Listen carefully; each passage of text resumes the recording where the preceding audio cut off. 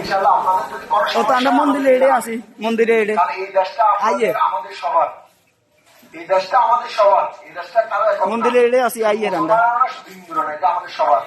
আমরা যেন মিলেমিশে থাকতে পারি, সম্মিলিতভাবে থাকতে পারি এবং গণপরিবহন যেন এখানে বা ব্যক্তি হক যেন এখানে আপনাদের উপরে হামলা করে সুযোগ না নিতে পারে, এটা আপনারা সবার থাকবেন। আমাদের সাথে প্রয়োজনে আপনাদের যদি এমন কিছু আছে আমাদেরকে জানাবেন।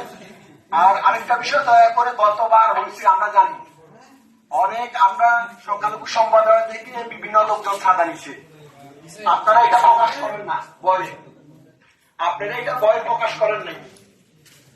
কোনো ভয়ের কিছু নয়। কেউ যদি আপনাদের কাছে কোনো প্রকার চাঁদা দাবি করে দয়া করে আমাকে জানাবেন, আমাদেরকে জানাবেন। আমরা তার যথার্থ বিচার এবং সেই কেন চাঁদা চাইছে বা আপনাদেরকে হুমকি ধমকি বা যদি কোনো প্রকার ডিস্টার্ব করে থাকে এটার আমরা সর্বোচ্চ বিচার করব। আর এখানে দাদা আছে আমাদের বাজারে সেলুন দোকানদার, উনিও আমাকে চিনে বা ওনার কাছে আমার নাম্বার আছে।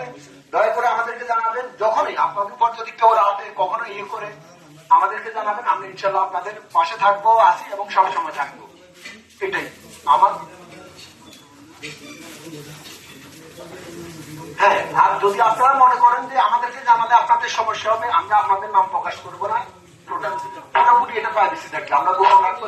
জানাবেন যে আপনাদের কাছে কে চাঁদা চাচ্ছে বা আপনাদেরকে কে ডিস্টার্ব করতেছে।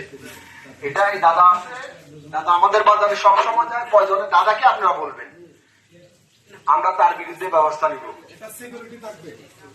আমরা আপনাদের পাশে আছি, ইনশাল্লাহ সবসময় থাকবো। ভালো থাকুন, সবাইকে ধন্যবাদ। বসবাস করার অর্থে আছে স্বাধীনতা সবাই। এখানে স্বাধীন করার ভিতরে যারা মারা গেছে এখানে হিন্দু সম্প্রদায়ের লোক আছে, এটা শুধু আমাদের নয়।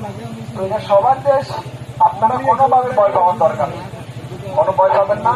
নিশ্চিন্তে আপনাদের এখানে যদি কোনো সন্ত্রাসী আসে, কোনো দুষ্কৃতকারী আছে আমাদেরকে জানাবেন, আমরা ইনশাল্লাহ সর্বোচ্চ ব্যবস্থা নিব। আমাদের দেশ নায়ক তারেক রহমানের যেটা নির্দেশনা, আমরা এই নির্দেশনা আপনাদের কাছে পৌঁছে দেওয়ার জন্য এখানে আছি। আমাদের দেশ